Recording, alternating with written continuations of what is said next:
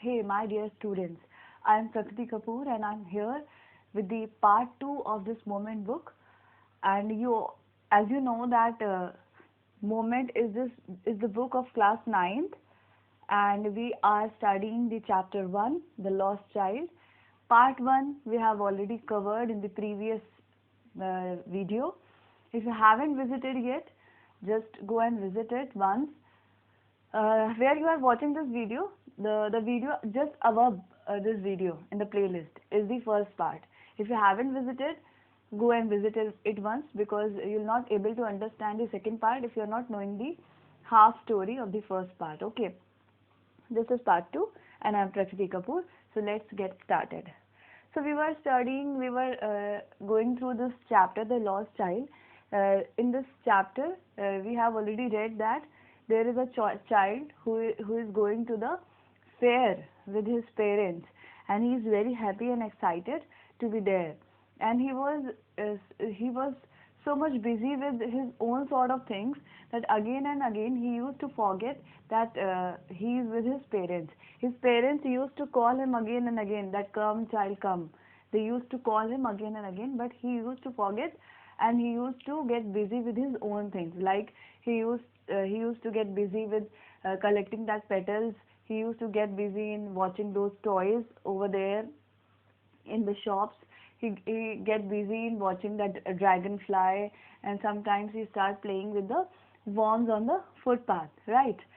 So now we will move to the further part. So let's move on.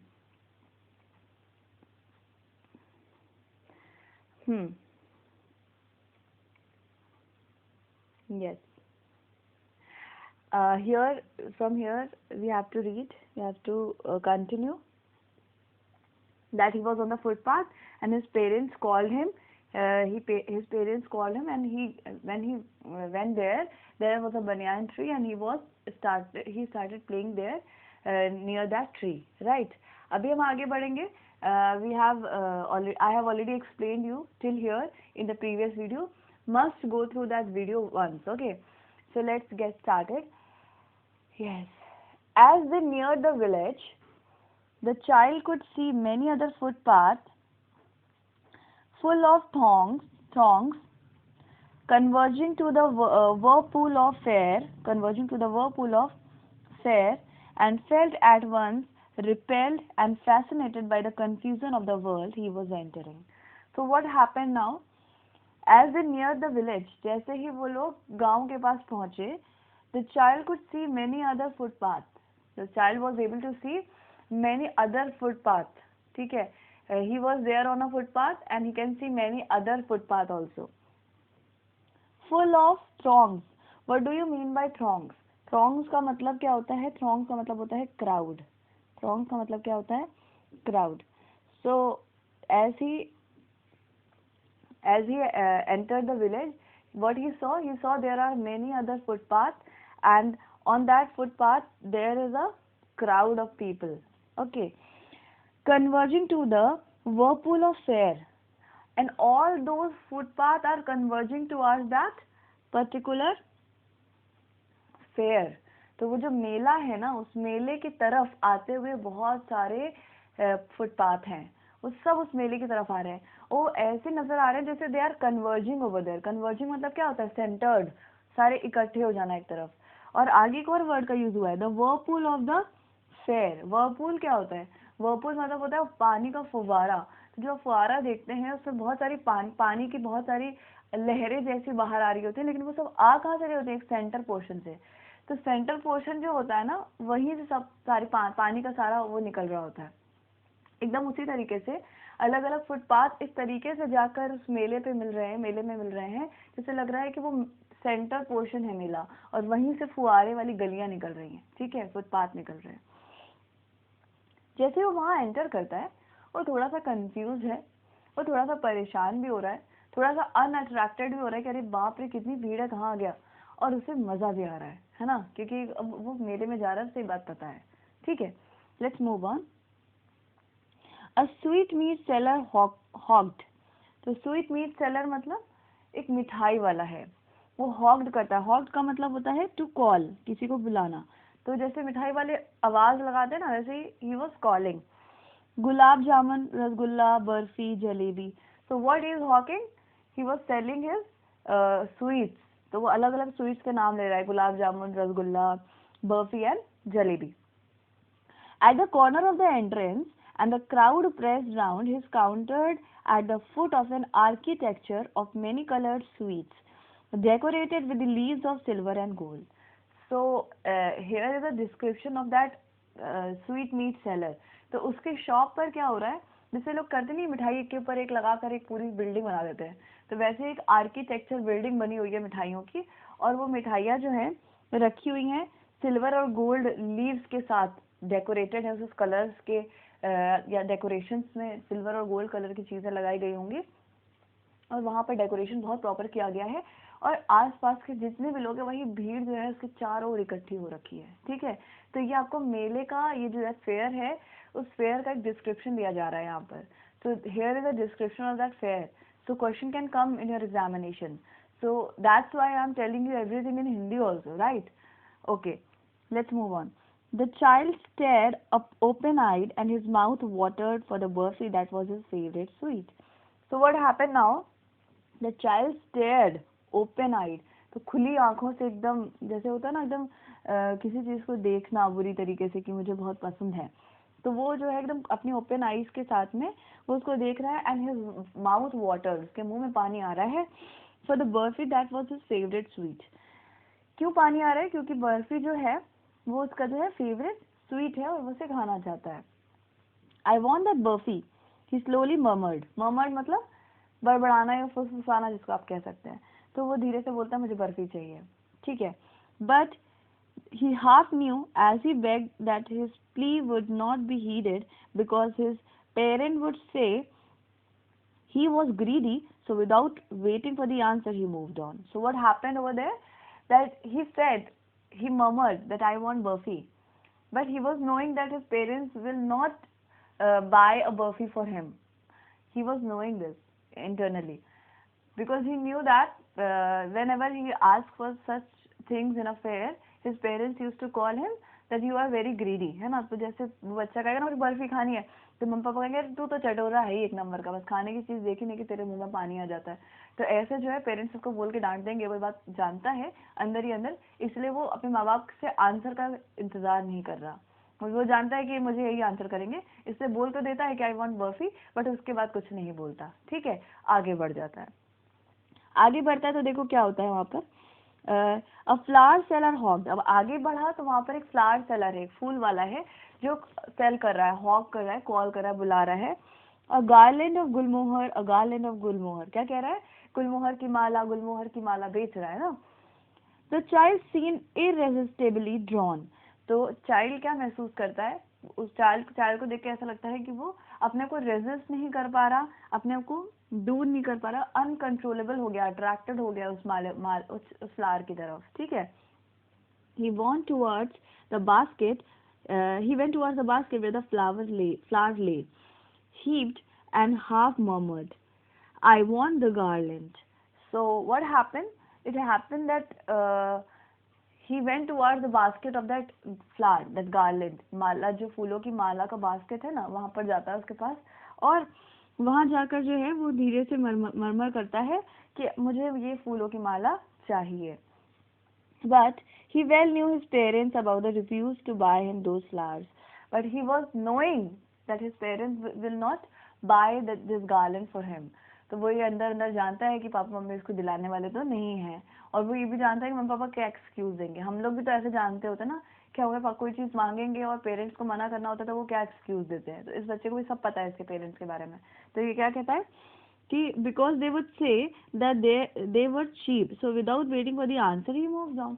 वो जानता है कि जब भी वो ऐसे चीजें मांगता है तो पेरेंट्स कहते हैं अरे ये बेकार है, अच्छा नहीं है, ये बकवास है ना. इस तरह से कह के पेरेंट्स जो है टाल देंगे. वही बात, he was knowing it internally.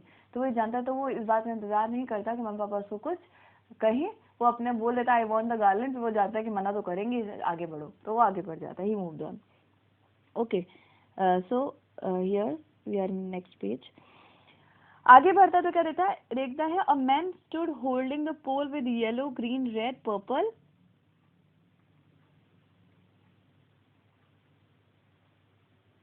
हाँ, वेट वेट बेटा, yes. So a man stood holding a pole with yellow, red, green, purple, and balloon flying from it. As he went forward, as he moved on, what he saw a man was standing there with a pole. एक पोल लेके खड़ा है एक आदमी. अभी उसने देखो पहली चीज क्या देखी थी, पहले उसने मिठाई वाला देखा था जिसमें उसको बर्फी चाहिए. सेकंड उसने देखा था गुलमोहर गार्लैंड, वो माले वाला देखा था, फूल वाला. Now what he is watching? He is watching a man who is holding a pole with yellow, red, green, purple balloon flying from it. What he saw? देखिए गुब्बारे वाला खड़ा हुआ है ना. एक पोल पे इसमें बहुत सारे गुब्बारे बांध के रखे, बहुत सारे बलून्स है जो वहां से उड़ रहे हैं अलग अलग कलर्स के. The child was simply carried away by the rainbow glory of the silken colors. So what happened? He was carried away. Carried away का मतलब क्या होता है? यहाँ पर लिखा हुआ है carried away. Carried away का मतलब होता है fascinated, है ना. fascinated का मतलब होता है कि बहुत ज्यादा मनमोहित हो जाना या बहुत ज्यादा खो जाना उसकी सुंदरता में. ठीक है. तो he was fascinated by the silken colors. तो उनके सुंदर सुंदर कलर से वो मोहित हो चुका है एकदम. And he was filled with an overwhelming desire to possess all them. Overwhelm मतलब overflowing, बहुत ज्यादा अंदर से उसकी प्रबल इच्छा है कि वो इन बलून्स को जो है possess कर ले या उन्हें खरीद ले, है ना, इनका ओनर, इनका मालिक बन जाए. ठीक है. But he well knew his parents would never buy him the balloon because they would say he was too old to play with such toys. So he walked on further. So what happened? He was knowing that his parents would not buy those balloons for him. He was knowing it personally. वो जानता है कि parents मना करेंगे. his parents will refuse him. And what will they say? तो कहेंगे क्या? वो कहेंगे कि तुम अब बड़े हो गए हो क्या, तुम इतने छोटे हो गए, तुम बलून से खेलोगे, ये बोलकर ये एक्सक्यूज देकर उसको जो है मना कर देंगे. He was knowing this. That's why he didn't waited for their reply. तो उसने इंतजार भी नहीं किया कि वो पेरेंट्स जवाब दे, वो आगे बढ़ गया. उसने कहा छोड़ो. आगे बढ़ता है तो वो एक और चीज देखता है. क्या देखता है? A snake charmer who stood playing a flute to a snake which coiled itself in a basket. So what he saw a snake charmer. That is, in Hindi we call them sapera, right? सपेरा देखता है. सपेरा क्या कर रहा है? He was playing flute. वो flute बजा रहा है, अपनी बांसुरी बजा रहा है. जो भी फ्लूट क्या है, बांसुरी तो नहीं कहते हम उसको, बीन कह सकते हो आप उसको. तो बीन बजा रहा है और बीन बजा के अपने स्नेक को सुना रहा है. और उसका स्नेक है कॉइल्ड है, घूम के एकदम स्टाइल में बैठा हुआ है, अंदर बास्केट के अंदर बैठा हुआ है. ठीक है. Snake its head raised in a graceful bend like a neck of a swan. अब स्नेक का डिस्क्रिप्शन दिया जा रहा है कि स्नेक जो है इस तरीके से उसने अपनी गर्दन उठाई हुई है जैसे एक स्वान अपने गर्दन, नहीं लंबी सी गर्दन होती है स्वान की भी, हंस की, तो उसकी भी लंबी सी गर्दन होती है, वैसे स्नेक की भी तो लंबी सी गर्दन होती है. तो वो ऐसी स्टाइल में अपनी गर्दन उठाया हुआ है, अपने नेक को उस तरीके से हैंडल किया हुआ है जैसे लग रहा है कि वो स्वान है. Okay. While the music stole into its invisible ears, और म्यूजिक जो धीरे धीरे अंदर जा रही है उसके उन कानों में जो कान नजर भी नहीं आते. तो यू नो ना कि snakes ears is not visible from our side. Actually उसके ईयर्स जो होते हैं वो छोटे होल्स होते हैं. तो उसके जो ईयर्स हैं उसमें वो आवाज अंदर जा रही है. इनविजिबल ईयर्स हैं जो नजर भी नहीं आ रहे, ऐसे कान हैं उसके, और उसमें उस बीन की आवाज अंदर जा रही है. ठीक है. Like the gentle rippling of an invisible waterfall. तो जिस तरीके से कोई वाटरफॉल होता है ना, कभी कभी क्या होता है, वाटरफॉल बहुत क्लियर नजर आता है, कभी कभी कहाँ से पानी आ रहा है, कैसे आ रहा है नजर नहीं आता, हल्की हल्की लहरें आती है. तो वो हल्की हल्की लहरों की तरह से वो म्यूजिक जो है उस स्नेक के कान में इनविजिबल ईयर्स में एंटर कर रहा है. ओके.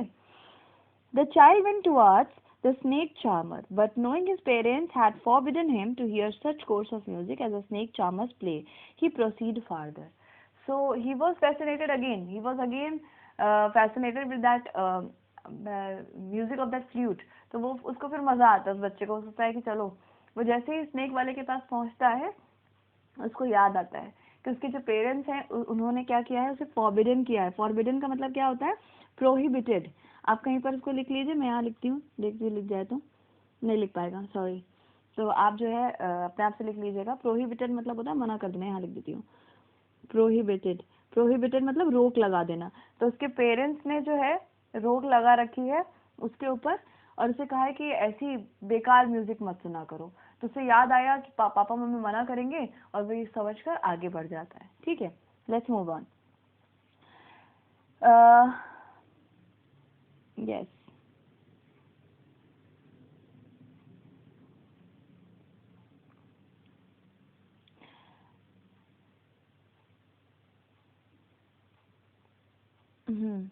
अब अभी आगे देखते हैं क्या हो रहा है। There was a round about in a full swing, what happened next. अब अगली क्या चीज देख रहा है वो, ये देखता है there was a round about. What is round about? Round about is a giant wheel, you must have seen a giant wheel. एक झूला नहीं होता जो पूरा गोल घूमता है, आप 360 भी कह सकते हैं उसको। तो ये जो राउंड अबाउट एक स्विंग है वहां पर, उसको देखता है। Main and women and children carried away in the whirling motion. तो वो झूला इस तरह से घूम रहा है और वो अपने पूरे स्पीड में है वो झूला, और उसमें बहुत सारे लोग बैठे हुए हैं, कुछ मैन बैठे होंगे, कुछ वुमेन बैठे हैं, कुछ बच्चे बैठे हुए हैं। ठीक है। श्रीक्ड, श्रीक्ड का मतलब क्या होता है कि चीखना। वो लोग बैठे हुए हैं और वो क्या कर रहे हैं, वो चीख रहे हैं, चीखना, या कह सकते हैं इंग्लिश में मैं बोल सकती हूँ इसको स्क्रीम, है, they were screaming and cried with dizzy laughter। they were screaming and cried with dizzy laughter, मतलब उनको हल्का हल्का चक्कर आ रहा है झूला घूमने की वजह से, तो वो हंस भी रहे हैं और चिल्ला भी रहे हैं, जैसे हम लोग अक्सर झूले पे बैठते हैं तो ऐसा करते हैं, है ना। The child watched them intently and he made a bold request, so I want to go on the roundabout please father and mother। अभी तो उसने अपने मन को तो किसे समझाता रहा, मिठाई वाले की बात में समझा लिया, फ्लावर वाले के बात समझा लिया, बलून वाले में समझा लिया, स्नेक वाले में समझा लिया, लेकिन अब उससे नहीं हैंडल हो रहा है। एक बोल्ड रिक्वेस्ट उसने करी अपने पेरेंट्स से कि I want to be there on round about, I want to go on the round about, मुझे उस झूले पर बैठना है, अपने पेरेंट्स से कह दिया उसने। ठीक है।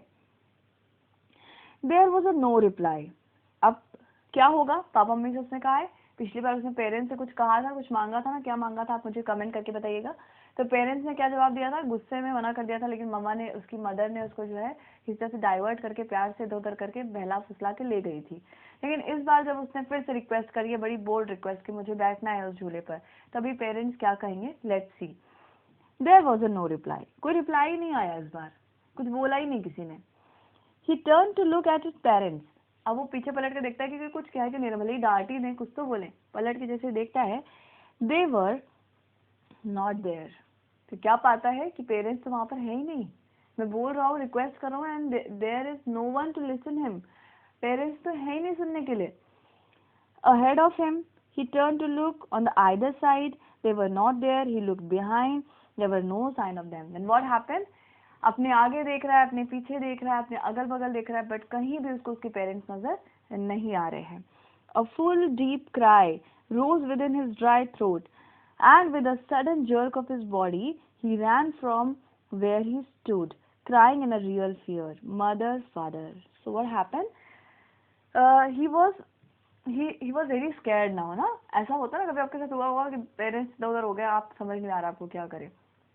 तो अ फुल डीप क्राई, तो ये पूरी एकदम भयंकर वाला जो रोना होता है, वो रोना जो है स्टार्ट कर दिया उसने अभी। With in the dry throat, उसका गला भी सूख गया है, उसके ड्राई थ्रोट से वो चीखने की, रोने की आवाज निकल रही है। ठीक है। And when a sudden jerk of his body, अचानक से झटके से, जर्क मतलब होता है झटका, ठीक है, body, he ran from where he stood, जहां वो खड़ा था वहां से वो दौड़ता है। Crying in a real fear, mother father, he was in a real fear, he was very scared and he was screaming mother and father। कहते ना, मम्मी पापा कहाँ हो, कहाँ हो, बहुत परेशान हो गया बेचारा, है ना, भाग रहा है इस तरीके से।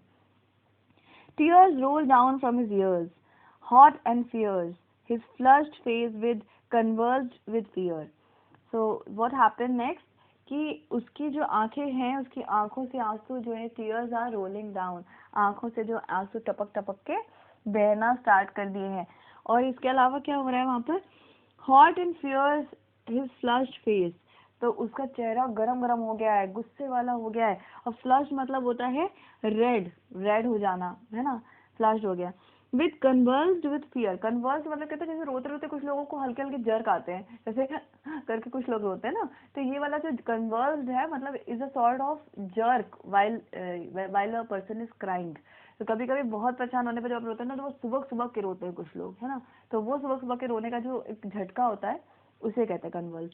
डर के मारे सुबह सुबह के रो रहा है, चेहरा उसका लाल हो गया है, गरम गरम आंसू टपक रहे हैं, रोल कर रहे हैं, चिल्ला रहा है, चीख रहा है, गले से आवाज निकल रही है, बहुत डर गया है वो बच्चा, छोटा सा बच्चा। पैनिक स्ट्रिकन, पैनिक कर गया है, घबरा गया है, फियर है, he was scared. Okay, he ran to one side first then to the other side. Hither and thither, मतलब कि हियर और देयर, यहाँ और वहाँ, इस तरफ से उस तरफ दौड़ दौड़ के वो उनको ढूंढ रहा है। इन ऑल द डायरेक्शंस, सारी डायरेक्शंस में दौड़ दौड़ के उनको घूम रहा है। Knowing nowhere to go, और समझ में नहीं आ रहा है कि वेयर टू गो, जाए कहाँ, कहाँ मिलेंगे parents. Mother father, he veiled his yellow turban, come untied and his clothes become muddy। चिल्ला चिल्ला के जो है बोल रहा है, मम्मी पापा को बुला रहा है, लेकिन क्या हो रहा है, कोई फायदा नहीं हो रहा है। अब इनफैक्ट ये सब तो छोड़ दो, उसकी जो टर्बन है, उसने सर पे एक पगड़ी बांधी है येलो कलर की, वो भी खुल गई और कपड़े भी उसके एकदम गंदे हो गए, इतना परेशान है वो, है ना। आगे देखते हैं, let's see. Having run to and fro in the rage of running for a while, so कभी to and fro, आप जानते हैं ना मोमेंट to and fro, तो he was running to and fro, कभी इधर कभी उधर भाग रहा है। He stood defeated, और दौड़ दौड़ के, भाग भाग के, ढूंढ ढूंढ के, he is now defeated, अब वो बहुत हार चुका है ढूंढ ढूंढ के, पर पेरेंट्स नहीं मिल रहे। He cries suppressed into sobs, तो उसका जो रोना था वो अब दब गया है, और sobs मतलब होता है सिसकियां लेना। अब कभी कभी ना चिल्ला चिल्ला के पहले इंसान रोता है, फिर इतना ज्यादा थक जाता है रोते रोते कि sobs, सिसकियां आने लगती हैं, वो खाली हल्की हल्की आवाज आती है रोने की। तो उसकी जो क्राइज हैं, जो चीखें थी, वो अब दब गई हैं, इतना थक गया है वो, इतना हार गया है, क्योंकि चीखें अब दब गई हैं और वो किसमें कन्वर्ट हो गई हैं, sobs में। sobs मतलब सिसकियां। आप वहीं पर लिख लीजिए, हिंदी में भी मीनिंग लिख लेंगे ना तो अपने को लेसन समझने में बहुत इजी पड़ेगा बाद में। At a little distance on the green grass he could see through his filmy eyes men and women talking. So what his eyes was full of tears, his eyes was blurred with tears, आंसू भरे हुए धुंधला धुंधला दिख रहा है, लेकिन सामने वो क्या देख रहा है, एक हरा मैदान, एक ग्रीन फील्ड देख रहा है। उस ग्रीन फील्ड में वो क्या देखता है, कुछ मैन एंड वुमेन जो है बाजी कर रहे हैं, कुछ लोग, कुछ आदमी और कुछ औरत आपस में बातें कर रहे होंगे। He tried to look intently among the patches of the bright yellow clothes. So वो बहुत पूरी मेहनत के साथ, जितना भी उससे हो सकता है उतनी मेहनत के साथ वो देखने की कोशिश कर रहा है कि वो लोग कौन है। But there were no sign of his father and mother among these people. पर उन लोगों के बीच में इसके पेरेंट्स का कोई नामो निशान नहीं है, पेरेंट्स वहाँ पर नहीं है उसके। Who seemed to laugh and talk just for the sake of laughing and talking. So those people were laughing and talking unnecessarily, मतलब कोई खास वजह नहीं है, फालतू में बातें कर करके वो लोग हंस रहे हैं, पर उसको वहाँ पर उसके पेरेंट्स नजर नहीं आते। ठीक है, अभी क्या होगा आगे, इसको हम जो है इस वीडियो में नहीं कवर करेंगे, वीडियो बहुत लंबी हो जाएगी। So for that you should have to stay connected with me. I will cover the same in the next part, part 3। For today, thank you so much. I hope you must have understood the chapter. Stay at home, stay safe, and most important, stay connected, students. God bless you. See you then.